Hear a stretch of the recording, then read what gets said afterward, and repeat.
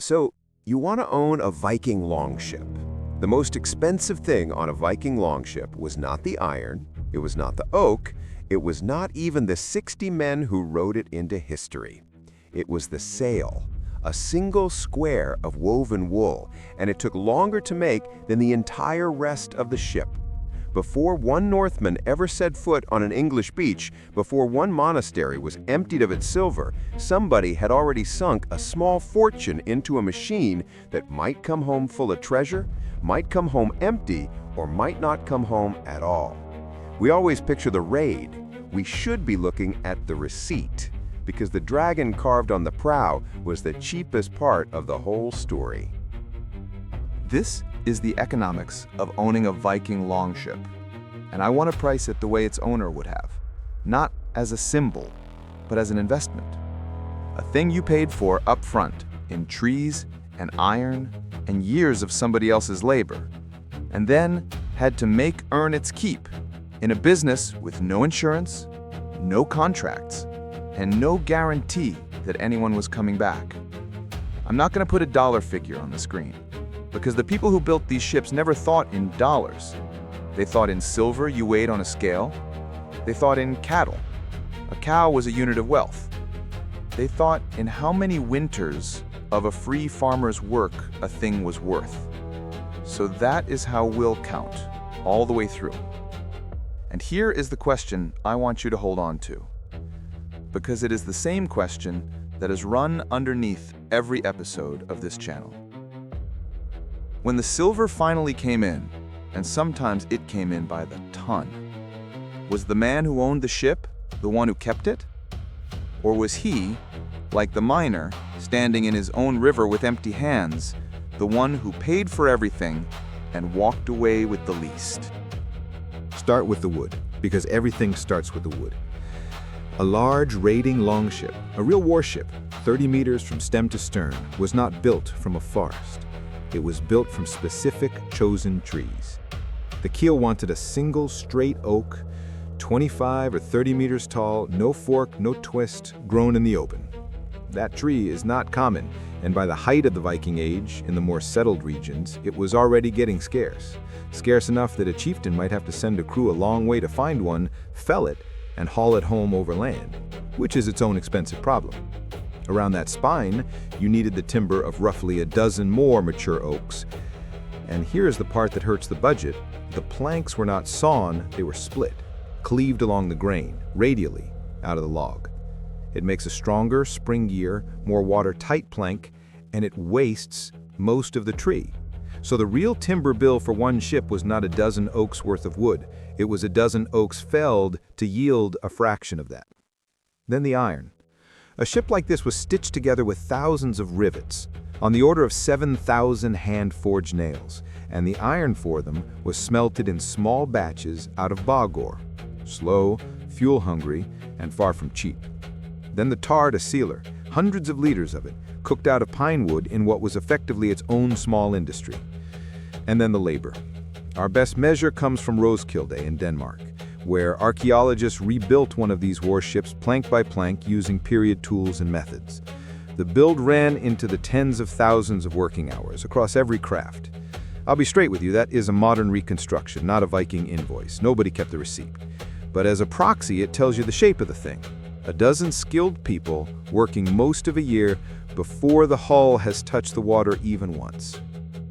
And she still cannot sail, because the hull is only half the bill. Now you need the sail.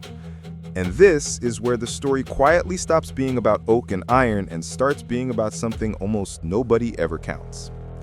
A longship's sail was one enormous square of wool, 90 square meters of cloth, sometimes more. To make that much cloth, you first need the raw wool. And the estimates here are genuinely staggering, the fleece of hundreds of sheep for a single sail. And at the high end, for the largest ships, some researchers have put it at the wool of well over 1,000 animals. Then that wool has to be cleaned, combed, and turned into thread by hand on a drop spindle, and then woven into cloth by hand on an upright loom, and then greased with wool fat and ochre so it would hold the wind and shed the rain. Experimental archaeologists who have actually sat down and done this reached a conclusion that sounds like a mistake and is not. Making the sail took roughly as long as building the entire ship, sometimes longer. Let me say that again, because it is the hinge of this whole episode. The one piece of the longship you never picture, the sail, cost as much human time as the hull, the keel, the iron, and the tar all put together. And here's why it matters economically. That labor was mostly done by women inside the household, and it never once entered a ledger as a cost. It was simply expected.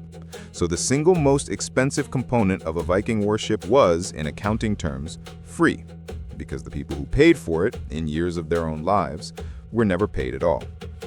I'll flag it honestly, the sail numbers come from experimental work and the highest sheep counts are argued over, but even the low end quietly rewrites the invoice.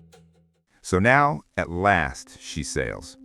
Now the ship goes and does the thing everyone remembers.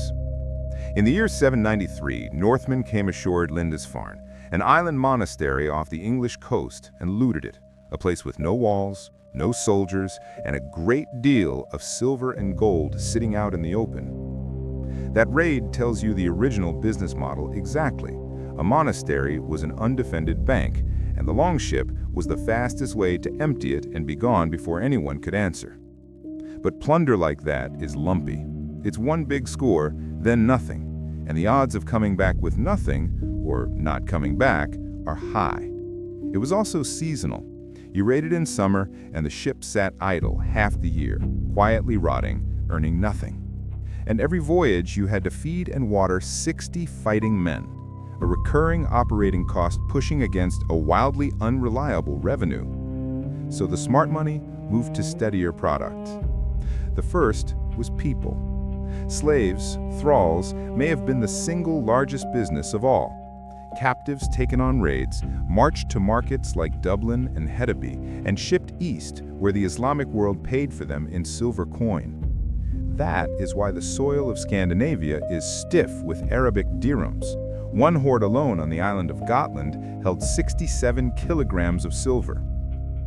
The second steady product was cleaner still. It was extortion. Rather than fight the English every single year, the Vikings discovered they could simply be paid to leave. It was called the Danegeld, and unlike almost everything else in this episode, the numbers were written down at the time. In 991, England handed over 10,000 pounds of silver, by weight. By the year 1012, a single payment had climbed to 48,000 pounds. Sit with that one. 48,000 pounds of silver is around 17 tons, roughly 11.5 million coins, handed over to make one fleet go away for a while.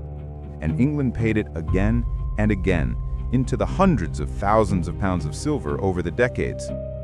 Those figures come to us from the Anglo-Saxon Chronicle, and historians do argue about the precise weights, but the order of magnitude holds. And the order of magnitude is astonishing. Which brings us to the reckoning, and to the trap hidden inside the whole romantic picture. Because look at where all that silver actually went.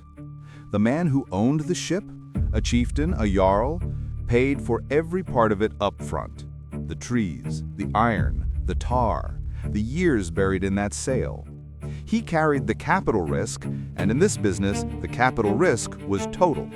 One storm, one bad landing on a defended shore, and 30 meters of oak and a year of labor were on the floor of the North Sea, ensuring nobody recoverable by no one. And even if she came home, she was a depreciating asset, waterlogged, worm-eaten, needing constant recalking and before long, replacing. A longship's working life was measured in years, not decades. So the capital had to be earned back fast, again and again. And then, when a venture actually worked, when the ship came home heavy, the owner did not simply keep the takings. He split them. Viking crews did not row for wages, they rowed for shares. Every man who pulled an oar took his cut off the top before the owner counted a single coin for himself. And the most reliable money of all, the Danegeld, the slave silver, very often did not flow to the man who owned a boat at all. It flowed to the kings, who could summon whole fleets and negotiate tribute, and to the traders, who moved thralls in silver quietly through the markets and never once had to beach a ship under a rain of arrows to earn it. This is the exact same shape we found out in the gold fields. The person who owns the romantic asset, the mine, the longship, buys the risk. Other people, standing safely behind him, capture the return. The raider takes the wound. The merchant takes the margin. And the single most expensive thing the owner ever paid for, that sail, was made by women whose labor he never counted, never costed, and never compensated. Owning the longship did not make you rich. It made you the one holding the receipt. So here is the bottom line, the way I would write it into the account book. A Viking longship was a high-cost, high-risk, low-reliability asset. It cost you 2 ships' worth of labor, one in wood, one in wool, before it earned you a thing. Its best case was violent, occasional, and shared out among the crew.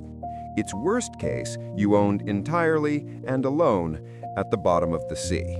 Owning it made you a player in the game. It did not, on its own, make you a winner. Because the real Viking fortune was never the dragon on the prow.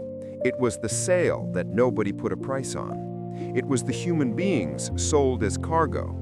And it was the silver handed over out of pure fear by frightened kings who had done the math and worked out that buying the Northmen off was cheaper than fighting them. 17 tons at a time. The raid is the part we remember. The ledger is where the money actually was. If your picture of the Viking Age just quietly rearranged itself, if you look at that dragon ship a little differently now, then do the one thing that keeps this channel digging through the account books: subscribe. And tell me in the comments which seat you would have taken. The owner who paid for everything and carried all the risk? The rower who took his share and took his chances with it? Or the trader who never left the beach and kept the cleanest margin of all?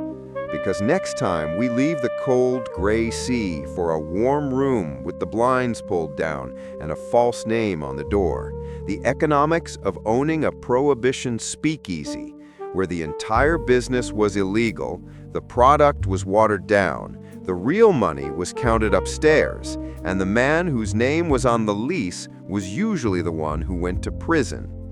This is Owning History, where history opens its account books.